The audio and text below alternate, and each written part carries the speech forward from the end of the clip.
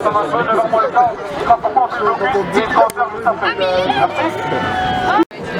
que c'est notre avenir, on est la jeunesse et qu'on a notre mot à dire pour nos futures conditions de travail. C'est ça, sinon on travaillera toute notre vie et je vois pas pourquoi nous on serait pas concernés alors que... Les salariés qui ont déjà 40 ans d'ancienneté dans leur entreprise, il leur reste pas beaucoup à travailler. Voilà, alors que nous il nous reste encore toute la vie là, à nous faire exploiter comme des merdes alors. On a notre mot à dire sur ces conditions de travail là. Je pense qu'il faut être solidaire de base. Même si on n'est pas concerné, si on n'est pas d'accord, on a notre mot à dire, même si c'est pas nous. Parce que peut-être que nous on ne travaille pas pour la plupart à part cette cantine. Ouais. De toute façon, d'ici quelques années, 2-3 ans, nous arriver sur le marché du travail, le problème c'est qu'avec cette loi, on va se retrouver tout seul face au gros patron à devoir négocier nos salaires. Très bien. Sachant que nous on n'a pas d'expérience, on n'aura aucune ancienneté professionnelle. Du coup cette loi ça va nous mettre vraiment en position de faiblesse face au gros patron. D'accord. On est quelques-uns à avoir lu la loi, à la connaître vraiment, et le blocus c'est vraiment un outil de mobilisation. C'est un outil en fait c'est un outil d'information, de mobilisation. Okay. Les gens quand ils arrivent ici, ils sont obligés, ils voient ce qui se passe, ils discutent avec nous, on leur explique ce qui ne va pas dans la loi. Ouais. Voilà, c'est vraiment un outil de mobilisation. Et puis non, je pense pas qu'on est trop jeune, je veux dire.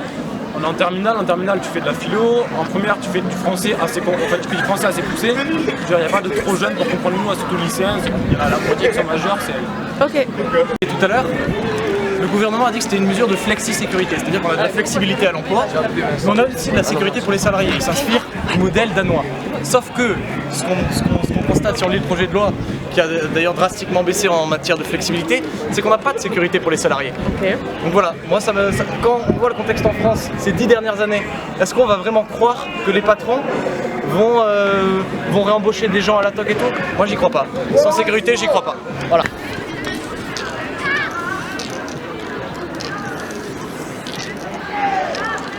Là, tu devrais mettre 2 yeux et avec un chemin qui est pas... Alors que...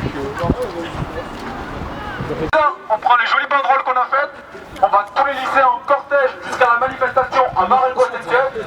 Et là, on va se retrouver avec le gros cortège lycéen avec tous les lycéens de tous les lycées de Toulouse.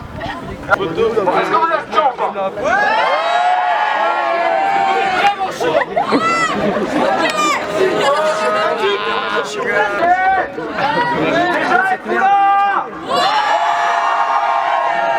Ce matin, je me suis levé.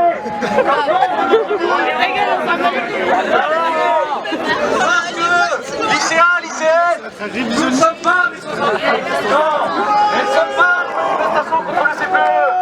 Nous sommes la jeunesse indignaire de 2016 qui fait face à la précarité.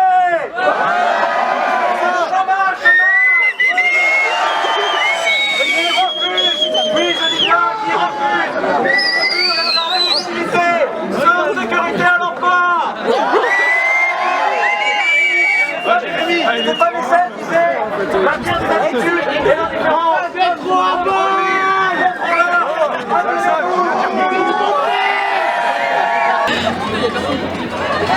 C'est une loi qui va nous faire perdre tout ce qu'on avait gagné du genre les 35 heures. Ouais. Maintenant ça va être possible de faire encore plus, du coup de se faire plus exploiter. Ouais. Mais en plus, je sais pas si c'est une bonne chose de travailler, si c'est pour se faire exploiter 40 heures par 40 heures avec un salaire de merde. Ok. Surtout, cette loi va permettre des abus.